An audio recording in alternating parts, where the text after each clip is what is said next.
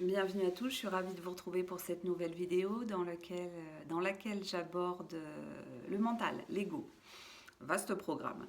Alors, ce mental, cet ego, en ce moment, vous devez certainement en entendre beaucoup parler, on en parle beaucoup dans psycho, en spiritualité, c'est quelque chose qu'on voit un peu partout. Alors, qu'est-ce que c'est que cet ego en fait? Cet ego, en fait, nous en sommes le créateur. Ça, c'est très important déjà de le souligner. Nous en sommes à l'origine. Nous l'avons créé à l'intérieur de nous. Nous l'avons créé dès le départ, depuis notre conception, et chaque jour, dans notre quotidien, nous continuons à l'alimenter, malheureusement, cet ego. Et lorsque des personnes viennent me voir au cabinet, en fait, le principal objectif, c'est de se différencier de l'ego, l'observer, pour pouvoir commencer à le dresser, à le maîtriser. Ensuite, il y a la question de savoir qui est l'observateur, mais ça, on y viendra tout à l'heure. Alors, cet ego, comment le définir? C'est un peu le moussaillon de votre navire. Vous êtes le capitaine de votre navire. Mais vous avez laissé la barre de votre navire à un moussaillon très tôt dans votre construction, dans notre construction, parce que je vais me mettre dedans aussi, j'ai un ego, je ne suis pas différente de vous. Donc nous avons laissé la barre de notre navire à ce moussaillon très tôt dans la construction de notre vie en fait. Cet ego, il est présent à l'intérieur de nous, dans nos pensées négatives, nos pensées qui nous amènent toujours sur du passé ou du futur. Des pensées toujours, quand je vous dis négatives, pas toujours parce qu'il est malin aussi cet ego, parfois il nous emmène sur des pensées du passé très positives ou du futur très positives, n'empêche que ça reste quand même de l'ego, il faut savoir quand même le dénicher, ça c'est sûr. Alors, cet ego, il a votre timbre de voix. Le plus beau stratège que l'ego ait pu mettre en place, c'est de nous faire croire qu'il est nous et que nous sommes lui. Cet ego, il a donc notre timbre de voix, il est présent dans notre tête lorsque nous pensons ah, j'y arriverai jamais, ah, c'est pas possible, je suis nulle, ah, mais elle, je l'aime pas, non, mais lui, il est trop bête, elle est trop grande, lui, il est trop petit, là, j'aime pas, là, c'est pas assez, là, c'est trop mal. Alors, tout ce qui peut comparer, tout ce qui peut nous séparer les uns des autres, toutes nos pensées de séparation, c'est de l'ego. Ça, c'est clair. Alors cet ego va nous emmener toujours dans du jugement de nous-mêmes ou du jugement des autres. Or il faut savoir que nous sommes tous pareils. Nous sommes tous des menteurs, des jaloux, des hypocrites. Nous sommes tous des gentils, bien sûr, des empathiques, des bienveillants, des amoureux, comme on est tous des méchants s'il faut. Et ça, c'est parfois difficile pour certaines personnes parce que j'entends souvent des personnes me dire « Ah non, mais moi, je suis pas comme ça. Hein. Ah non, mais moi, je ferai jamais ça. Hein. » Alors qu'en fait, selon certaines circonstances, dans certaines circonstances, on est capable d'être de vrais tueurs s'il faut, en fait.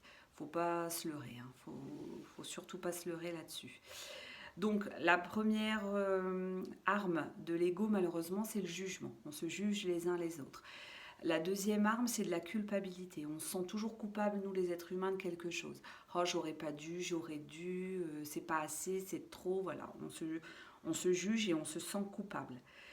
Et ensuite, c'est ces sentiments, cette émotion qui est de la peur. Je dis toujours que nous n'avons que deux émotions sur Terre. L'amour, et si vous n'êtes pas dans l'amour, ben, cherchez pas, vous êtes dans la peur. Et de la peur découle la colère, la tristesse, la haine, la honte, le dégoût, enfin toutes les émotions pas très géniales, quoi qu'on n'a pas à peindre une émotion en positif ou en négatif, une émotion elle est, un point c'est tout. Le problème c'est que nous dans cette société, on pose un jugement même sur nos émotions et que du coup on s'empêche de les exprimer ces émotions. Et c'est ça tout le dilemme aussi. Alors, cette émotion de peur, ça sera toujours une peur de quoi? Chez tout le monde, ça sera une peur de ne pas être aimé, de ne pas être à la hauteur, d'être rejeté par les autres, d'être abandonné et de mourir, en fait. C'est propre à l'espèce humaine. Nous l'avons tous à l'intérieur de nous. Et cette dernière explication, en fait, c'est de l'estime de soi, c'est de l'amour de soi. Et force est de constater en fait que nous les êtres humains, nous ne nous aimons pas puisque face au jugement que l'on porte sur les autres, On est en train de se juger soi-même. Comme je vous ai dit, on est tous des menteurs, des jaloux, des hypocrites. On est tous capables de faire des choses les plus méchantes comme les plus gentilles. Et quand on juge quelqu'un, on ne reconnaît pas en soi cette part-là qui existe à l'extérieur, en fait. Ça s'appelle de la projection. Euh, Ce monde, cette planète telle que vous la voyez, en fait, n'est qu'une projection de nous-mêmes. En alchimie, comme parfois les chamans disent toujours que ce macrocosme que vous voyez à l'extérieur, c'est nous, en fait, c'est notre microcosme. L'extérieur et l'intérieur ne font qu'un, c'est la même chose, en fait. Et effectivement, ce que l'on peut voir à l'extérieur nous représente tous, que ce soit dans les choses les plus magnifiques, comme les choses les plus redoutables et les plus terribles. Et il faut avoir assez d'humilité pour reconnaître ça. Et c'est pas donné, effectivement, c'est quelque chose à travailler, ça c'est sûr. Donc je vous disais, l'amour de soi, force est de constater qu'on ne s'aime pas nous les êtres humains, parce que cet amour de nous vient des autres, de la société. Et les dirigeants de ce monde ont très bien compris que face à ce non-amour de nous-mêmes, ils nous ont imposé des normes, des dictats, des lois, des règles à respecter. Et comme on est tous imparfaits, on est tous menteurs, jaloux, hypocrites, etc., ben on ne peut pas rentrer dans ces normes et ces critères, donc du coup on est toujours dans la peur de ne pas être à la hauteur. Alors c'est très inconscient hein, comme mécanisme bien sûr, mais du coup à chaque fois on est dans cette peur-là viscérale et on nourrit notre ego à l'intérieur de nous.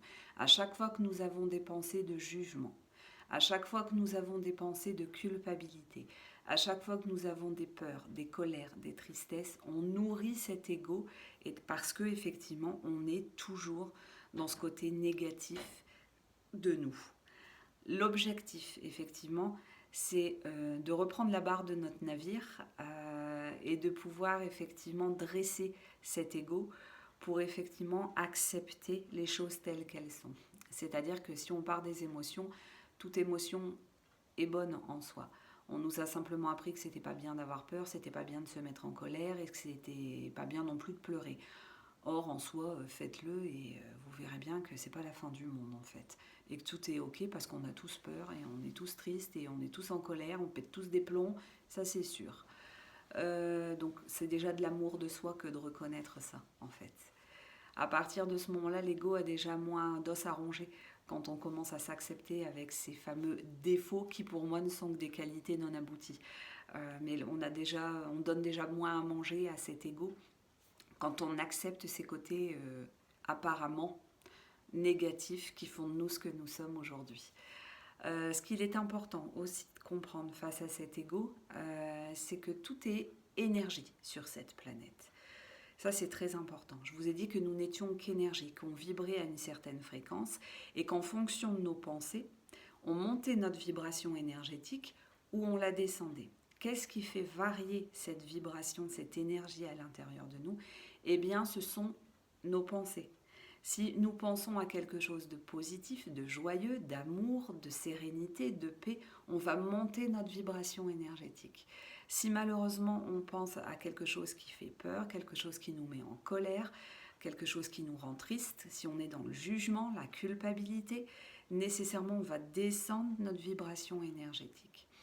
Et comme on ne voit que ce que l'on croit, on ne voit que ce que l'on pense. Alors ça va être difficile à comprendre pour les cartésiens, mais en fait, le monde tel que vous le voyez n'existe pas. Il est constitué à 99,99999% de vide. C'est-à-dire que ce que vous voyez, ce que vous touchez, ce que vous sentez n'existe pas. Ce n'est que du vide.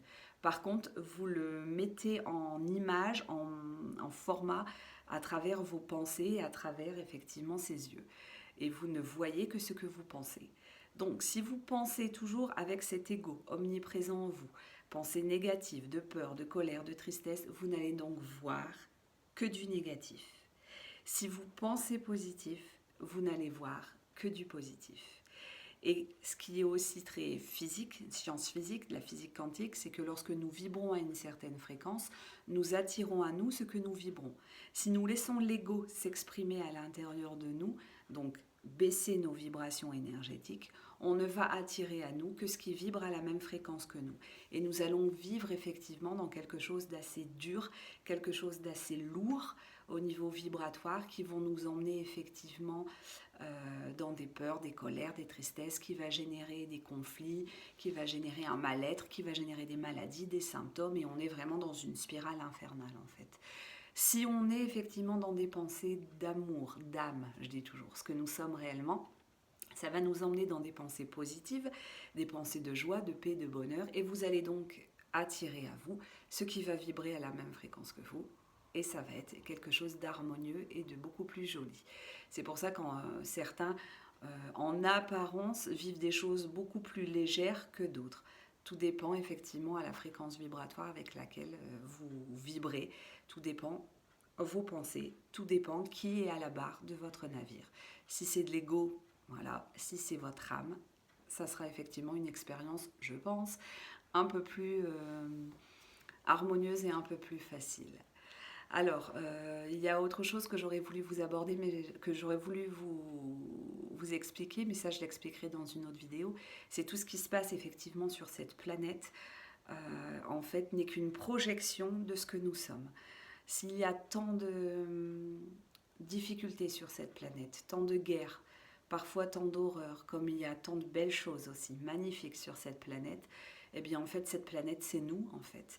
Elle vibre à une certaine fréquence et puis elle exprime cette planète, ce que nous sommes.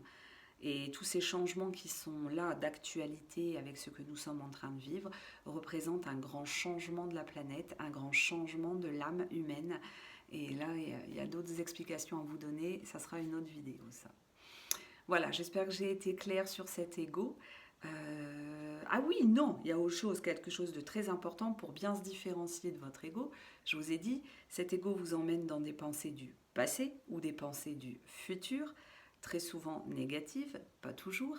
Et l'arme privilégiée de l'ego, c'est, moi je l'entends souvent dans le discours des personnes, c'est oui mais, non mais, oui mais non. C'est-à-dire que l'ego veut toujours avoir raison, veut toujours avoir le dernier mot. L'ego c'est toujours mieux que l'autre. Et ce qui fait qu'on veut toujours être au-dessus d'eux, plus fort que, plus grand que, meilleur que, pour être sûr d'être aimé, d'être à la hauteur et effectivement d'être OK. Alors ça, le oui mais, non mais, quand vous l'entendez, cherchez pas, c'est votre ego. Petite astuce pour bien vous différencier de votre ego, n'hésitez pas à lui donner un prénom, un surnom. Pour bien faire la différence entre lui et vous. Ça peut vous aider effectivement à prendre conscience un peu plus facilement et faire un travail avec cet ego. On ne peut pas le tuer cet ego. C'est-à-dire qu'on peut s'en servir en soi. Il va nous être utile quand on va aller sur des pensées effectivement du passé, mais pour aller rechercher quelque chose de joyeux, qui va monter notre vibration énergétique, des souvenirs du passé joyeux. Comme il va nous projeter dans le futur avec nos prochaines vacances, avec Noël prochain, le retrouvaille entre amis, ou des choses comme ça, où là pareil, ça va monter notre vibration. C'est-à-dire que cet ego, l'objectif c'est de le dresser, tout simplement, d'en faire un allié pour pouvoir effectivement nous amener là où on veut aller. Voilà. J'espère que j'ai été claire. N'hésitez pas à me donner vos commentaires, à me poser des questions si toutefois c'est pas clair, et puis j'y répondrai avec grand plaisir. À la prochaine. Je vous embrasse.